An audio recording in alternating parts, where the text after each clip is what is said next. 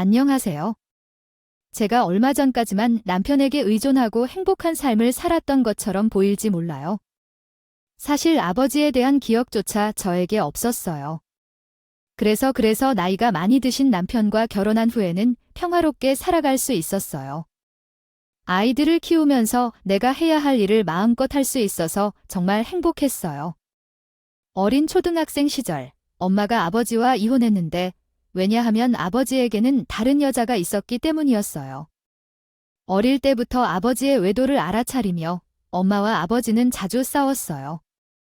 그래서 아버지가 사라진 후 우리는 엄마와 함께 새로운 삶을 살면서 훨씬 행복했어요. 아버지는 저와 언니들과 따로 시간을 보내지 않았지만 양육비를 지속적으로 보내주셨어요. 엄마는 돈을 벌고 싶어 했고 살림을 위해 집안일을 하셨어요. 하지만 우리 셋이 살기에는 집이 너무 커서 여유돈을 많이 갖고 있는 게 좋을 것 같아요. 이사를 하려고 했지만 집에서 공부방이나 독서실을 만드는 아이디어에 동의했어요.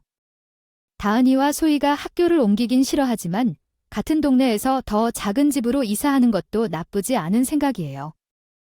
집에서 살 수 있는 게 좋고 초등학생들을 위한 공부방을 마련하면 좋을 것 같아요. 늦게까지 하는 것도 아닐 테니까 난 상관없어. 좋아요? 응, 나도 좋아. 엄마 일할 때 나도 엄마 옆에서 책 읽고 놀면 되잖아. 하루 종일 책 읽을 수 있으니까 너무 좋겠다. 그럼 우리 집의 책도 더 많아지는 거야? 좋아. 책 사러 더 자주 가겠네? 엄마, 우리 서점에 놀러 가자. 얼른요. 응. 엄마가 공부방과 독서 교실을 운영하려고 했던 데는 경제적인 이유가 가장 컸겠지만 어린 저는 집에 책이 더 많아진다는 게 마냥 좋았던 것 같아요. 책을 좋아하는 엄마가 항상 책을 읽고 있었던 덕분에 저와 언니도 어릴 때부터 아주 좋은 독서 습관을 갖고 있었거든요. 엄마가 공부방과 독서 교실을 시작하고부터는 학교를 마치고 집에 오면 늘 책을 읽었던 것 같아요. 엄마는 제 돌래 초등학생들에게 교과 공부를 가르치기도 하고 독서 교실도 운영하면서 틈틈이 일기처럼 시를 쓰셨어요. 늦은 밤에 식탁에 앉아서 노트에 뭔가를 쓰던 엄마의 모습을 자주 봤거든요. 거실에 들여놓은 큰 책상은 엄마가 일하는 공간이었다면 식탁은 엄마가 엄마 자신을 위한 글을 쓰는 공간이었던 것 같아요. 그리고 엄마는 제가 중학교를 졸업하고 고등학생이 되던 해 신춘문예의 시부문에 당선이 됐답니다. 엄마, 축하해. 아, 우리 엄마 진짜 대단하다. 엄마, 진짜 근사해. 멋있어. 엄마, 그럼 이제 시인 된 거야? 응, 내가 그렇게 말할 때마다 느끼는 건데 넌 참 해맑게 무식해. 너무 해맑아서 무식한 것까지 귀여워 보인다니까? 신춘문예라는 걸 통해서 등단 시인이 된 거고 매일 시를 써온 시간 동안에도 쭉 엄마는 시인이었다. 아유, 저 잘난 척 그래? 언니, 잘났다. 잘났어. 그렇게 잘났으니 의대식이나 가셨겠지? 저는 자랑스러운 두 언니와 신엄마를 좋아합니다. 메이저 신문사에 다니진 않지만 엄마가 당선되어 등단할 수 있는 것을 보면 정말 뿌듯하고 기뻐합니다. 이 모든 것은 우리 착하고 아름다운 딸들 덕분이에요. 다은이와 소은이 고마워요. 엄마, 이제 공부방을 그만두는 게 어때요? 독서 교실을 하면서 시와 장문 작품을 더 읽고 쓰는 것도 좋을 것 같아요. 신춘문예로 당선된 시인이라는 타이틀을 얻었으니 성인 대상의 신화 장문 교실도 좋을 거예요. 우리 언니는 정말 똑똑하고 지혜롭죠. 맞아요. 엄마도 일을 좀 줄이고 공부방에 더 많은 시간을 투자해줘야 해요. 초등학생들 상대로 일하는 체력은 힘들어요. 엄마가 좋아하는 책을 읽고 글을 쓰는 것도 좋을 거예요. 장문교실도 잘 운영되고 있어요. 엄마는 우리를 가르치고 먹이며 키워주셨죠. 언니는 예과 2학년 때 신춘문예에 당선됐었어요. 그 이후로도 함께 보낸 시간이 많았죠. 언니가 병원에 진학하면서 바쁘지만 여전히 우리 셋은 사이좋게 지내고 있어요. 저는 언니만큼 공부를 잘하지는 못했어요. 그래서 대학에서 조경화가를 졸업하고 산림복지진흥원 공채를 준비했지만 결국은 공무원보다는 꽃과 화분을 다루는 일을 하고 싶다는 생각을 했어요. 안정적이고 좋은 직업이지만 공무원은 체질에 맞지 않을 것 같아요. 언니가 추천해서 시작한 공부가 계속하면서 점점 안 된다는 느낌이 들어서 공부를 그만두고 플로리스트 아카데미에서 교육을 받고 꽃과 화분을 다는 아르바이트를 경험하면서 할 예정이야. 양재화해 단지에서 일하는 가게도 알아놓았어. 이 정도면 잘난 척 대망 언니도 잔소리를 많이 해서 해보라고 할 거야. 우리 딸이 벌써 아르바이트 할 것도 다 알아놓았으니 자랑스럽기도 하고.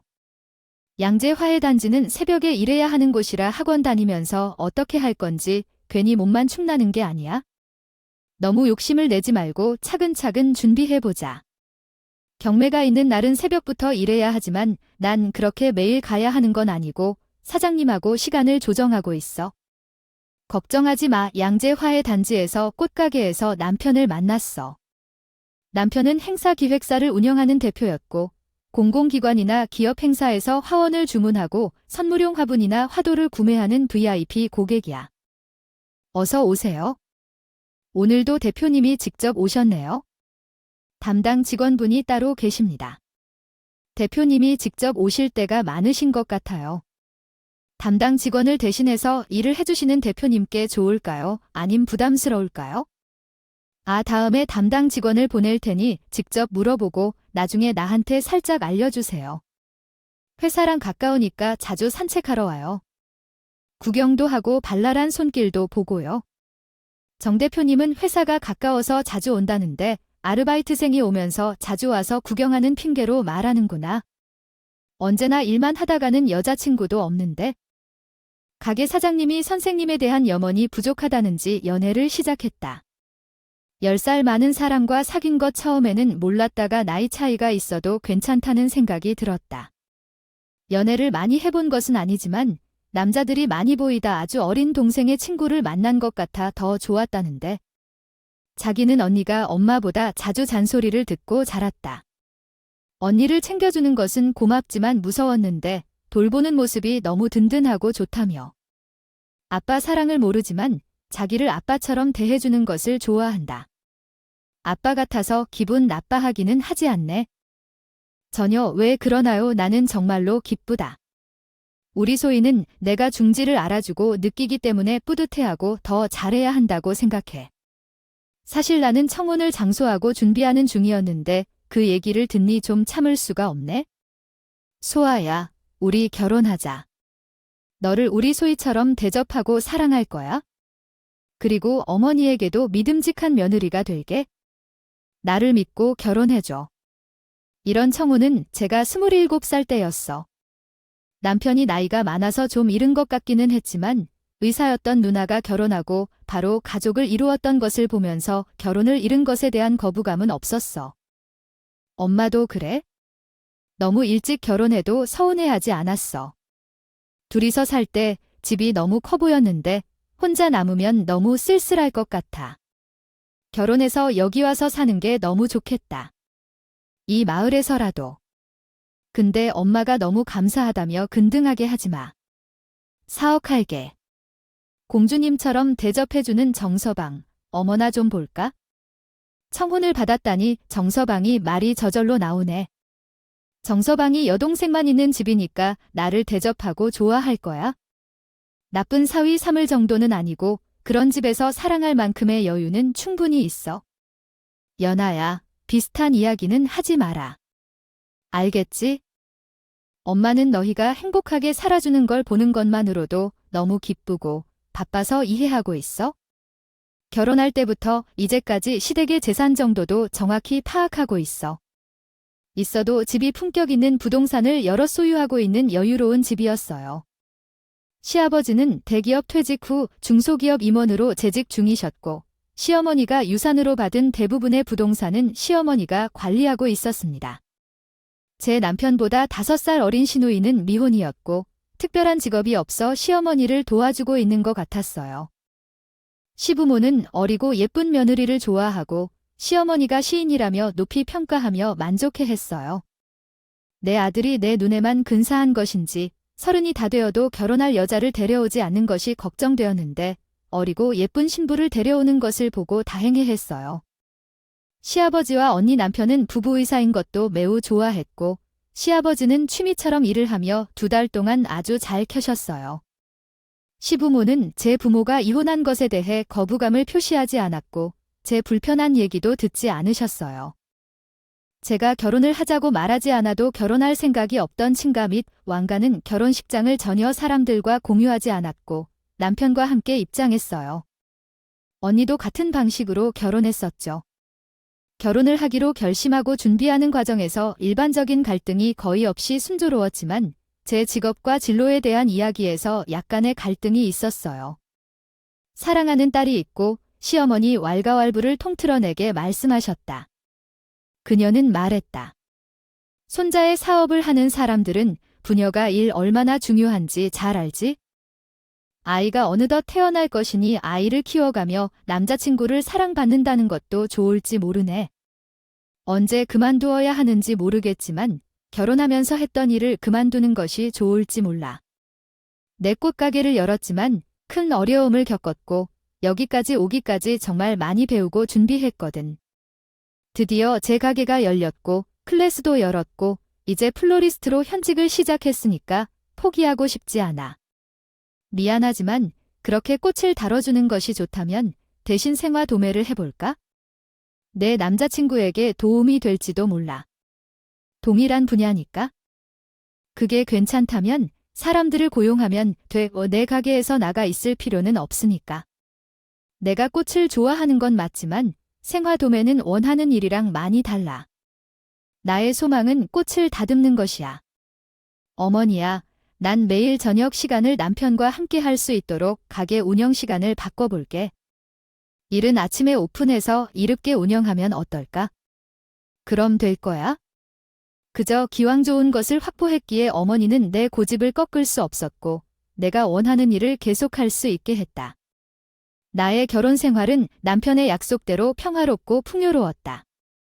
까다로운 시어머니와 놀기 좋아하는 남편이 있었고 시댁이 반대해도 내가 원하는 일을 하고 있어서 기쁘다. 애라도 어머니 시댁 지키려고 노력했어요. 남편 내조도 잘하려고 했어요. 좋은 것만 먹이려고 발품도 팔고 공부도 많이 했어요. 그리고 여자로서 매력도 잃지 않으려고 스스로 관리도 열심히 했어요. 결혼 후 2년 만에 아들을 그리고 또 2년 후에 딸을 낳았어요. 올해로 9살이 되었으니 결혼 13년 차에 접어들었어요. 여전히 남편과 닭살 부부라는 소리를 듣을 정도로 사이가 좋았어요.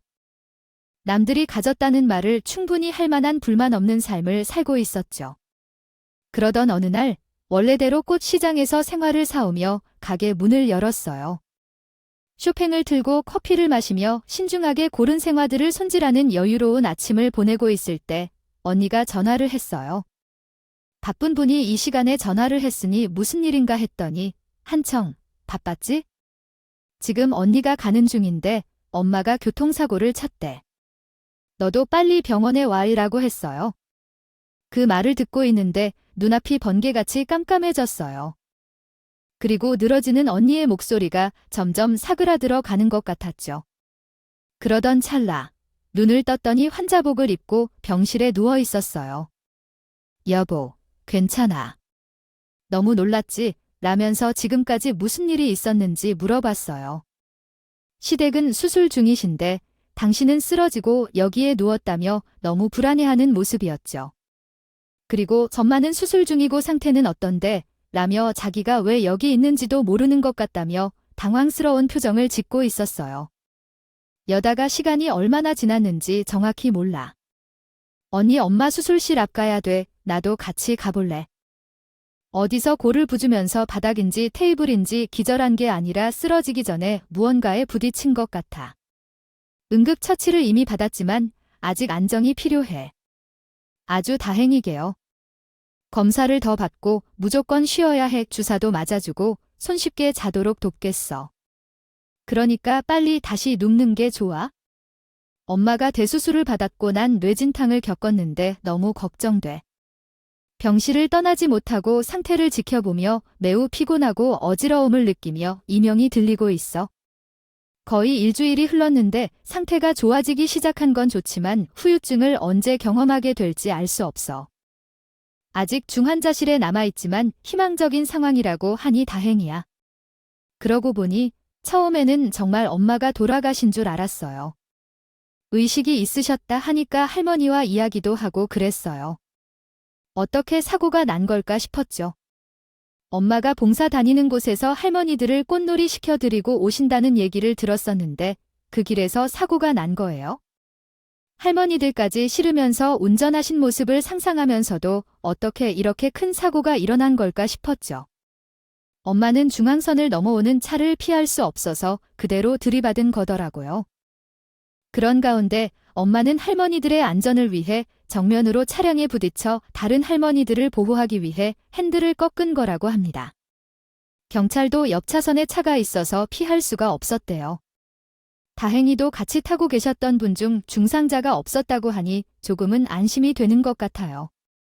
의식은 왔다 가는 중이라고 하니 아직 말을 못한 상태이고 엄마도 괜찮을 거라고 생각하고 계시더라고요. 다치신 할머니들이 없어 다행이라 생각하면서요. 병원으로 이동할 필요는 없다고 하니 병원에서의 치료를 받으면 괜찮아질 거라고 합니다. 엄마만 회복하면 돼요. 지금은 걱정이 많겠지만 시어머니께서는 뇌진탕 회복하셨다며 과일을 많이 준비해서 병원에 왔다고 합니다. 전화 한 통 못 드리게 되어 죄송하고도 감사한 마음이라고 하네요. 이런 일이 있어도 다행한 거라 생각되는군요. 부디 빨리 회복하시길 바랍니다. 알 수 없었던데 어머니가 괜찮다니 정말 다행이네요. 그 말을 어머니가 하셨다는 게 무슨 뜻이에요? 초상이라는 이야기를 들어서 당황스러워요. 우리 어머니가 회복 중이고 희망적인 상황이라는데 왜 그런 말씀을 하시는 거죠? 우리 친정 어머니인데요. 뭐라고요? 언니가 내가 걱정할까봐 대충 넘겼다고요? 어머니 상태가 안 좋다면 왜 그렇게 이야기하는 건지? 만약 돌아가신다면 어떡하려고 이렇게 연명치료를 계속 받게 하려고요?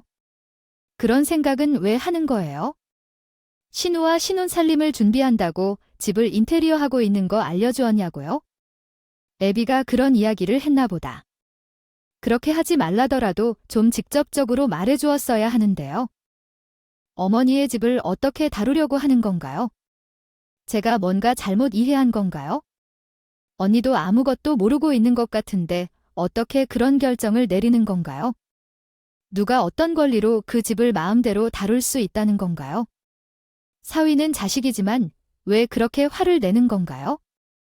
어머니는 적어도 우리 가족이고 우리가 지금 이런 상황인데 그런 결정을 내리는 건 왜 그런 거죠? 정말 뭘 할 일인가요? 아니, 어머니가 입원 중인데 무단 침입하듯이 집에 들어온다는 게 무슨 얘기예요? 문을 부수고 들어가서 주인 허락도 없이 인테리어 공사하는 건 누구를 위해 하는 행위인지 잘 생각해봐야 해요. 뭐라고요? 언니가 내가 걱정할까봐 대충 넘겼다고요? 어머니 상태가 안 좋다면 왜 그렇게 이야기하는 건지? 만약 돌아가신다면 어떡하려고 이렇게 연명치료를 계속 받게 하려고요? 그런 생각은 왜 하는 거예요? 신우와 신혼 살림을 준비한다고 집을 인테리어하고 있는 거 알려주었냐고요? 애비가 그런 이야기를 했나 보다. 그렇게 하지 말라더라도 좀 직접적으로 말해주었어야 하는데요. 어머니의 물건들을 다 빼놓은 상황에서 이런 행동은 정말 충격적이에요. 어머니께 더 이상 말씀드릴 게 없어요. 이런 상황에서는 어떻게 대처해야 할지 누나랑 상의를 해봐야 할 거예요. 절대로 이대로 방관하지 않을 거예요. 공사를 중단하고 원래 상태로 되돌려달라고 요청해야 해요. 시어머니에게 화를 내고 있는데 남편이 빠르게 대처해서 달려오네요. 이런 상황을 겪으면 어쩌지? 어버이니까 당신도 알아요. 아이고, 애물단지로 결혼날까지 잡았다니. 남편이 교수가 됐는데도 시골에서 온 출신이라니. 결혼자금도 없는데 엄마가 신혼집을 준비하다니 정말 대단하시네요. 결혼 날짜를 잡고 집을 찾으려니 정말 마음에 드는 매물이 없다면 비어있는 집을 사용하면 어떨까요? 엄마가 장님들과 얘기를 통해 결정한 것이니. 우리 엄마 중환자실에 누워있다고? 정말 기가 막혀요. 엄마가 돌아가시면 그 집을 드리겠다고 했다는데 누구 마음대로 결정해서 이런 상황이 벌어진 건지요. 엄마 집에서 공사를 하고 뭘 신혼집을 꾸며놓고 미쳤다니 뭐란 말이야. 당장 원래대로 다시 바꿔야지. 당장 이번 일은 결코 그대로 넘어갈 수 없어. 어떻게 이럴 수가 있어. 아직도 이 상황을 믿을 수 없어. 아니, 너도 아직 어미가 있는데 남편한테 뭐 얼마나 그럴 수 있는 거야? 나 없을 때는 어떻게 할 생각이야? 나 없을 때는 어떻게 행동할 거야 알아? 교통사고도 내 어미가 운전 중에 있었다고 말하더라니. 나이가 들면 운전대를 내야지. 이봐봐. 내가 70을 넘었을 땐 바로 운전을 멈춰야지. 그리고 같이 탔던 사람들도 다 다쳤다고 하더라면 어떻게 할걸. 하나라도 죽은 사람이 있었으면 어쩔 뻔했어. 빈집에 신혼살림을 하려는 사람들에게 주면 얼마나 좋겠어. 남도 아닌데 사돈지경이야. 내 어미가 죽기 전에 좋은 일을 해가셔야지. 천국에 가실 수 있어. 내 어미도 천국에 가야지. 남편은 내 눈치를 보느라 바쁘지. 시어머니는 그런 상황에서도 그런 말을 도는 건 정말 이해가 안 가. 너무 화가 나지만 뇌진탕 후유증으로 아직도 멍한 상태니까 화를 내도 소용없어. 정말 어떻게 할지 모르겠다. 그때 언니가 내 병실로 들어와서 시어머니가 하는 이야기를 들었어. 내 시댁에서 우리 어머니의 이름으로 된 아파트를 마구 사용하고 있으니 내 이름으로 된 상가 건물이 팔려. 내가 원하는 대로 해도 된다고 하더라. 너희 앞으로 100평짜리 상가 건물이 있다던 건 몰랐지. 앞으로 부동산을 살펴봐라. 이게 무슨 소리야. 그래도 그렇지. 어쨌든 정말 마음에 드는 매물이 없다면 비어있는 집을 사용하면 어떨까요? 엄마가 장님들과 얘기를 통해 결정한 것이니. 우리 엄마 중환자실에 누워있다고? 정말 기가 막혀요. 엄마가 돌아가시면 그 집을 드리겠다고 했다는데 누구 마음대로 결정해서 이런 상황이 벌어진 건지요. 내 소유 명의로 된 100평 규모의 상가 건물이라니 정말 충격적이었습니다. 언니의 이야기를 듣던 남편도 시어머니도 얼굴이 창백해졌고 시어머니는 말도 더듬어가며 거지, 너 누구 마음대로 처분하냐. 말도 안 되는 소리야. 거기까지 해 라고 말씀하셨습니다. 언니는 더 크게 소리쳤죠. 엄연히 제 동생 명의로 된 건물인데 왜 마음대로 못하냐고요? 그대는 우리 엄마 명의로 된 아파트까지 받아갔는데 제 동생은 자신의 이름으로 된 건물을 자유롭게 관리하고 싶은데요. 완전히 합법적인 일이라는 것을 알고 계시죠? 그 말에 남편과 시어머니는 대꾸할 수 없이 전화기를 쳐다보며 실랑이를 벌여요. 시어머니가 몇 년 전에 가지고 있던 부동산을 남편과 시누이에게 증여하기 시작했다는 사실은 알고 있었지만 상속세나 증여세를 조금이라도 덜 내려고 하는 것이었을 뿐 일반적인 관심은 두지 않았었죠. 하지만 나에게 이런 일이 일어날 줄은 꿈에도 생각지 못했어요. 넌 정말 이런 일에 대해 전혀 몰랐니? 라고 질문을 받았을 때 신분증과 도장이 있다면 명의 변경은 어렵지 않은 법이죠. 요즘엔 며느리나 사위에게 부동산을 증여하는 게 유행이라던데 시어머니는 절세 혜택만 누리며 내게는 아무것도 내어주지 않겠지라고 대답했습니다. 그러나 시어머니는 증여하고 싶어 한 건데 마침내 자신만이 관리하다가 아들에게 물려줄 생각을 했겠죠. 아니야, 넌 원하는 게 없었을까? 내 이름으로 증여했던 걸 계속 관리하던데 결국 아들에게 물려줄 생각했겠지. 그 속말로 함께 계속하며 불시해 보일 수 있는 법률 문제 및 가족 관계에 대한 고민이 깊어지고 있습니다. 신고는 해야 할 것 같았고 그런데 너는 왜 그렇게 아무것도 몰랐을까? 나는 원래 그런 것에 관심이 없고 모르는 게 당연한 것 아니냐. 은행 일을 본 적이 없어. 어쩌면 시대물주 관리하는 세무사가 처리해 주었을지도 모르겠지? 내 가게 세금 신고도 세무사가 처리해주고 있어. 내가 얼마나 세금을 내는지 모르고 구체적으로 알아보고 싶지도 않았어.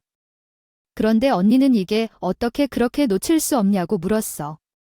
나는 머리가 어지러워서 무릎을 긁질렀고 잠에 빠지면서 정신을 차릴 수 없어서 침대에 누워있는 동안 언니는 혼자 중환자실에서 엄마를 돌봤을 거야. 시간마다 엄마 옆에서 꼼꼼하게 이야기를 해줬다고 해. 엄마가 말을 못해도 가족들이 찾아가서 소통하는 것이 도움이 된다고 했어. 그래서 언니는 바쁘더라도 스케줄을 조정해서 엄마를 보러 갔어. 근데 남편이 엄마를 봤을 때 의식이 없다고 생각하고 시어머니와 통화를 하면서 내 명의로 증여해둔 상가 건물에 대해 이야기했겠지. 엄마가 그 이야기를 들었어. 남편이랑 대화하면서 너는 무슨 음식을 메인다고 말을 했을 테니까 말을 못하더라도 정신을 차리면 나를 불러서 그 이야기부터 하라고 했어. 이 이야기는 보통 일이 아니었던 것 같아. 그래서 그 이야기를 듣자마자 내 방으로 갔을 거야. 하지 않은 귀차니즘의 대답이니까 이런 사람들 때문에 세상이 급속하게 망가지는군. 그런데 우리 엄마가 맘에 안 들었나 보다. 신중해진 모습을 보면서도 집 꾸미기를 너무 꾸미는 내가 더 걱정스러웠나 보다. 어쩔 수 없이 엄마가 너에게 뭐라도 주려고 한 게 맞고, 하지만 이런 방식으로는 너무 실망스럽다. 진심으로 생각이 듭니다. 그래, 생각해보니 나도 그랬었지. 어머니의 말씀이 맞았어. 너무 열심히 노력해왔으니 경의를 표할 만하다. 이렇게 보상받을 줄 몰랐는데 가꾸어진 상가를 받아서 감사하다. 그 마음으로 잘 받겠다. 어머니께서 우리 엄마 집을 원상복귀하려 하신다는 소식은 반가운 소식이지만 무단으로 침입하고 구하셨던 것은 문제다. 법적으로 어떻게 대처할지 언니가 알아보고 있으니 곧 연락이 올 거야. 언니도 화를 잘 내지 않는 편이니까. 그러니 어머니가 너희 엄마의 목숨을 위협한 말을 하신 건 경솔한 발언이었다. 그래서 건물을 돌려드릴 의도가 없다. 존경을 표하고 싶었겠지만 최소한의 예의조차 지키지 않은 어머니가 건물을 요구하는 것은 이해가 안 된다. 난 내 부탁을 들어드릴 마음이 없다. 감사하지만 건물을 돌려주진 않을 거야. 남편과 함께 해당 건물을 되찾는 방법을 찾을 것이다. 결국 어머니의 신혼집 공사를 중단할 때가 됐으니 말이야. 소란이 있어서 직접 신부가 될 사람과 연락을 해서 사초지중을 상세히 말해 주었습니다. 결혼 후 몇 달 만에 서로 신뢰를 갖지 못하고 가족 집안, 재산 등을 보며 타협하며 결혼을 하려는 것 같았는데 상황이 변해 파혼을 요구했다고 합니다. 대학 교수로서 도움이 될 것 같았지만 오히려 위험한 요인이 되었던 것 같습니다. 그 사람의 결정이 올바른 선택이었습니다. 그러다 신부는 파혼을 당하게 되었을 텐데 엄마가 다시 의식을 회복하고 건강이 호전되고 있어서 다행입니다. 엄마의 건강 회복을 축하하며 엄마가 건강한 나를 지키기 바랍니다. 따라서 나의 입장에서 엄마의 말을 거역하는 것이 쉽지 않아. 아, 엄마 등사에 나도 어쩔 수 없이 그렇게 한 것이야. 그래, 틀린 말이 아니라고 하자. 하지만 나이 50에 그렇다고 해도 엄마가 그렇게 무섭고 엄마의 말에 그렇게 쉽게 구슬려서 나와 우리 엄마를 이런 식으로 취급하는 사람을 내가 어떻게 믿고 살아야 하는지 모르겠어. 우리 엄마가 사정을 헤매고 있는데 그 상황에서 엄마 집에 신우를 살게 하려고 엄마 물건 다 빼내고 공사까지 한 것은 도저히 용납할 수가 없어. 그것과는 별개로 내 남편으로서 우리 가족의 가장으로 살고 싶다면 시어머니의 간섭에서 완전히 벗어나야 한다는 말이 있을 거야. 그럴 수도 있어? 현재 나에게 엄마와의 인연을 끊으라는 것은 아니고 엄마 없이 사는 건 안 될 뿐이야. 엄마 지우려면 회사 운영이 어렵다고 해서. 아, 여보, 그러자는 것은 아니야. 우리 이미 충분히 가졌어. 그리고 앞으로 벌면 된다. 어머니의 지원이나 그런 건 없어도 우리는 얼마든지 살 수 있어. 상속이나 그런 것 때문에 이런 말도 안 되는 요구를 들어주며 살 순 없어. 이미 엎치러진 일을 용서할 수도 없고 나는 그렇게 못 살아. 만약 당신이 엄마에게 완전히 독립할 자신이 없다면 이혼해야 할 것이다. 나는 그런 당신과 살 수 없어. 아니, 안 살 수가 없어. 남편에 대한 큰 불만은 없었지만 이번 사건으로 크게 실망했고 그러나 시어머니로부터 증여받은 재산이며 남편의 기여도가 인정될지 모르는 일이라 걱정이 들었어요. 언니가 그 상가 건물을 다 소유하고 싶어서 남편에게 조금 더 나눠주기를 거부하고 싶다는 말을 하더라고요. 이걸 지킬 수 있을까 싶었어요. 건물이 없어도 상관없지만 약간 어렵겠지 않을까 했어요. 이혼하게 된다면 그 건물을 빼앗아가야 하는 마음도 있었지만 그 건물이 산분할 대상이 된다면 같은 상황이니까요. 다른 남편 명의의 부동산에 대해서도 기여도를 인정받을 수 있는 건 아닐 거라고 생각했어요. 어떤 방법으로든 자신의 부분을 제대로 지킬 수 있을 거예요. 그렇게 하여 통쾌하게 이혼하면 될 거예요. 걱정하지 마세요. 애들은 여전히 여러분이 키울 수 있을 거예요. 양육권 결정에 있어 부모의 경제력이 중요하지만 여러분 모두가 경제적으로 책임을 지고 있으니까 걱정하지 않아도 돼요. 이혼 전문 변호사를 고르면 원하는 대로 처리될 거예요. 결국 이혼을 결정했을 때 손해볼 게 없을 겁니다. 이미 남편에 대한 신뢰가 사라졌고 감정이 없어진 상태에서 이혼하는 게 마음이 편할 겁니다. 그래서 이혼도 못하고 그 모습을 계속 보면서 살아야 하는 게 괴로운 일이에요. 그래서 바로 언니 말대로 남편의 친구인 이혼 전문 변호사들을 차례로 만났고 이혼 소장을 보내는 것으로 이혼 절차를 시작했어요. 남편의 친구 변호사들은 입을 모아서 제가 상관을 남편과 나누지 않아도 된다고 말했어요. 양육권도 물론 지킬 수 있다고 했죠. 이혼 소장을 받은 날 남편이 제게 달려와서 울며 매달렸어요. 이혼을 결심하고 준비할 때 이미 애들을 데리고 집을 나와 엄마 집으로 갔어요. 남편이 그리로 찾아와서 소나, 정말 이혼하자는 거야. 진심이야. 소장을 받고 얼마나 놀랐어. 우리 이렇게 하지 말자. 이러던데 엄마를 안 보고 살겠다. 경제적으로 독립하겠다고 했어? 그러나 나는 그런 약속을 못했어. 하지만 자기가 조금 시간을 준다면 몇 년 안에 독립해서 잘 살 수 있겠다고 했어. 애들 생각해서도 챙겨야지. 그리고 엄마도 생각을 바꿀 것 같다니까. 만약 엄마를 만난다면 제대로 사과할 수 있다는 걸, 그니까 지금이라도 엄마 오라고 할게. 엄마 얘기를 듣다면 당신 마음이 덜 불릴 수도 있겠다. 아, 그 기집애도 공사를 그만두게 했지? 당신한테 그런 얘기를 하면서 난리쳤어. 우정이도 제대로 해야 해. 당신은 100번 잘했어. 말만 하면 엄마와 우정이 모두 불러와서 당신한테 정식으로 사과하게 할게. 당신은 정말 구제불능하다. 당신의 어머니나 당신 모두 똑같아. 내가 왜 이걸 겪고 있는지 전혀 이해가 안 돼. 아마 죽을 때까지도 모를 것 같아. 죽었을 때 깨어나도 모를지도 몰라. 진짜 뭐라 말해야 될지 모르게 돼. 답이 없어. 정말 내가 그 상가 건물기를 쓰고 받아내는 게 돈 때문이라고 알아. 나에게 그 건물 없어도 괜찮은데? 하지만 당신은 이 상황에서도 엄마 재산 더 챙기자는 말을 하며 나를 설득하려 하잖아. 우리 생각이 완전히 다르단 걸 모르겠어. 13년간 아무것도 몰랐던 것 같아. 멍청하게 살았던 내가 바보 같아. 그게 무슨 소리야? 야, 너야. 우리 행복했었잖아. 아이들은 어떡하지? 아직 어린데 얼마나 힘들어질까? 당신은 부모님 이혼 겪었는데 안쓰럽지 않다니. 말 한마디가 잘했어. 나는 유치원 다닐 때 차라리 엄마 아빠 이혼했으면 좋았을 거라 생각했었어.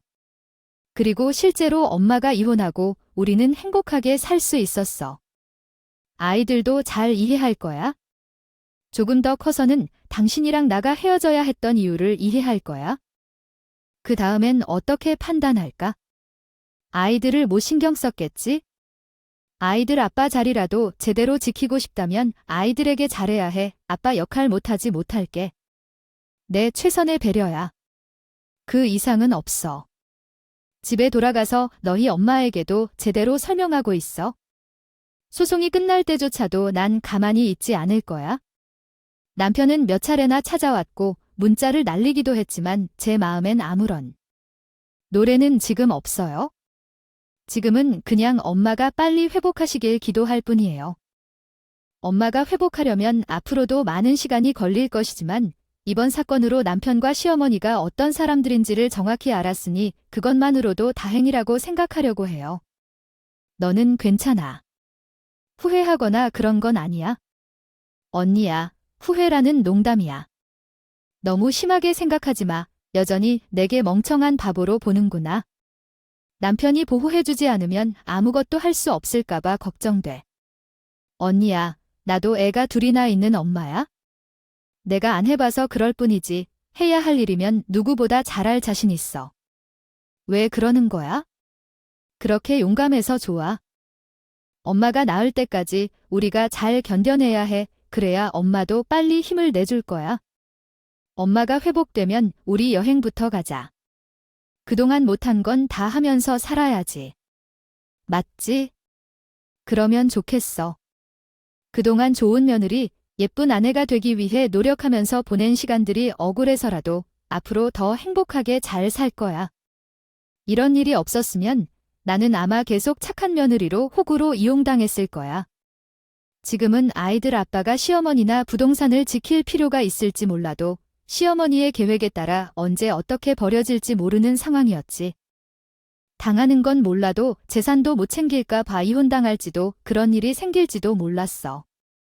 지금은 분명히 알고 있어. 그런 상황까지 기다렸다가 어쩌다가 당할 뻔했잖아. 이제야 확실히 알 것 같아. 그런 시기까지 기다려야 했을 뻔했어. 이제야 알았어.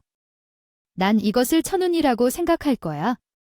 꽃가게를 엄마의 집과 병원 사이에 좋은 곳으로 옮기기 위해 알아보는 중이야. 엄마가 곧 일반 병실로 옮길 수 있게 되었으니 더 자주 찾아보기도 하고 아이들도 돌봐야 해서 가게를 옮겨야 할 것 같아요. 내 업무도 계속 열심히 하면서 엄마와 아이들을 잘 챙기며 열심히 살 거예요. 엄마가 빨리 회복하여 이런 일상을 함께 나누고 싶은 마음이 간절합니다. 살면서 좋은 일만 있는 사람은 어디에 있겠어요? 물론 나쁜 일만 있는 사람도 없겠죠. 제가 이런저런 일들을 겪으며 살다 보면 이런 일도 있고 저런 일도 있는 거지 하는 마음이 저절로 생기는 것 같아요. 사는 동안 좋은 일과 나쁜 일, 어려운 일, 행복한 일을 다 겪으면서 울고 웃고 그럴 거예요. 어떤 일을 겪더라도 크게 흔들리지 않고 자신을 지킬 수 있는 자신이 생긴 것 같아요. 엄마 간호도 잘해드리고 아이들도 건강하게 키우면서 행복하게 살 거예요.